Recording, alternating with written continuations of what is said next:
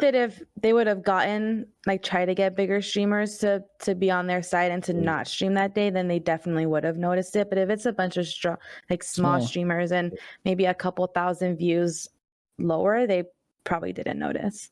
And that's what I was telling earlier. Like, I looked into the 3 streamers that you mentioned, and like their average, like the biggest streamer who like did the whole thing, that organized the whole fake out or blackout or whatever you want to call it.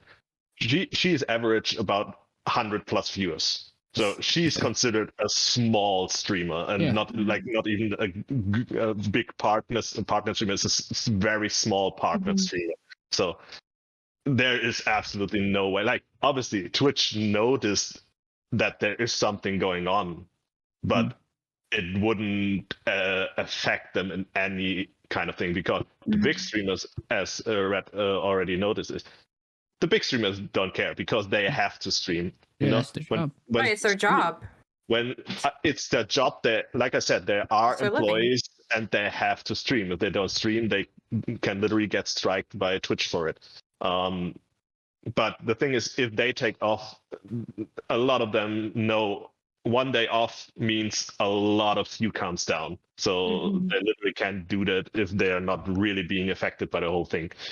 The other 2 that were mentioned in the article, like, one is at average 15 viewers per second, and the other is like at 10. So our perspective, like when we stream, we get those numbers. So heck, those are numbers that Twitch has millions and millions of streamers that have these low numbers. And obviously, if they don't stream, nobody will notice. Nothing. This will not. Their money count will not go down or anything for Twitch in that moment, because the affiliates obviously didn't even get paid directly by Twitch. And the few donations that get lost in that moment don't really care if you have 15 viewers.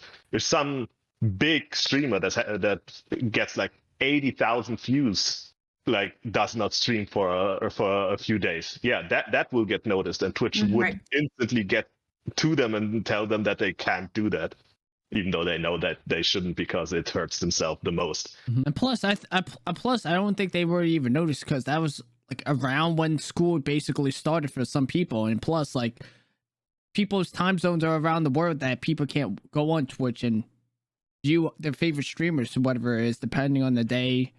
They have jobs at work, stuff like that.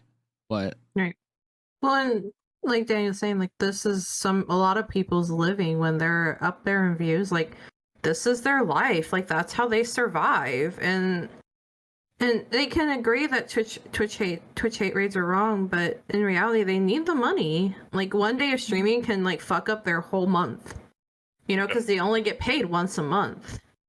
So, like, they could get less food, they couldn't pay their electric bill, internet bill, or whatever.